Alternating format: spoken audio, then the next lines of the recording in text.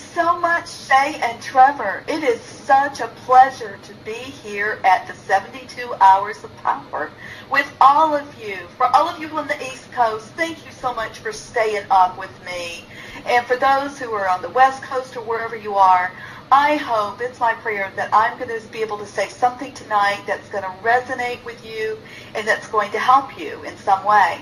Tonight, the topic that I'm going to be speaking about is empower your life, become your best.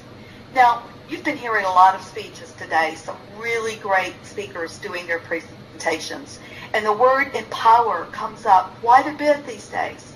So what does empowerment mean to you? To release the gifts and talents that are within a person to accomplish the purpose for which they were given.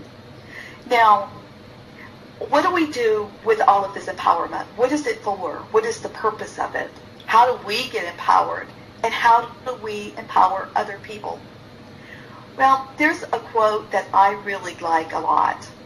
And it says this. It says, what lies within us, before us, and what lies behind us are small matters compared to what lies within us. Do you believe that? A woman is like a tea bag. You never know how strong she is until she's in hot water. Now, we've all been in some hot water of some kind or another, right? Because when we go through things, we find out what we're made of, don't we? Now, how do we go about becoming more empowered? And what is the benefit of empowering others? We came to this place where we were down this big hill. And something happened that we had to stop. Something happened with one of the other people. So we all had to come to a screeching stop, right? Now, how many of you know sometimes that's the worst thing that can happen to you, because when you come to a screeching halt, then the hardest thing to do sometimes is to get going again. Well, that happened for me that day. We get up and we start to go downhill. So in order to go downhill, you have to point your skis straight downhill. Everybody else goes ahead of me and they start going down the hillside. I froze.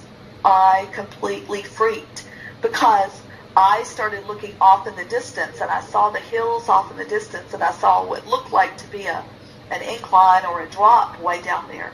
And I completely freaked out. One of the instructors had to walk sideways up the hill to come to where I was to talk to me. You see, when we get into that kind of fear, it will paralyze you. I was paralyzed. Was there anything wrong? No. Was I perfectly capable of skiing down that hill? You betcha. But in my mind, that terror barrier was there, and I just couldn't get across it. So the guy comes up the hill, and he says, what's wrong, Dianne? And he says, and I told him, I don't know. And he said, he said, well, they're waiting for you down here and we need to go. And I said, okay. And I'm in this little girl kind of mode because I am terrified. So we can stand up to go downhill and I'm pointing my skis down, but instead of going straight down, I did it a little bit like this because I really was afraid to go. And then he said these words to me that made me snap out of it. I'm going to tell you a story about when something that I did just recently that was one of the most gratifying things I've ever done in my life. Well, you see, sometimes we don't always have the belief in ourselves that we should, do we? Oh, we may go through the motions, we may go through all the actions and do all the right things, but deep inside, right under the surface, there's these doubts, there's these voices that say, you can't do that, or why are you doing that? Who do you think you are? And I would love to meet all of you guys someday. I hope you'll connect with me on Facebook. That's Dianne Reilly, speaker and coach. And it has been a real pleasure.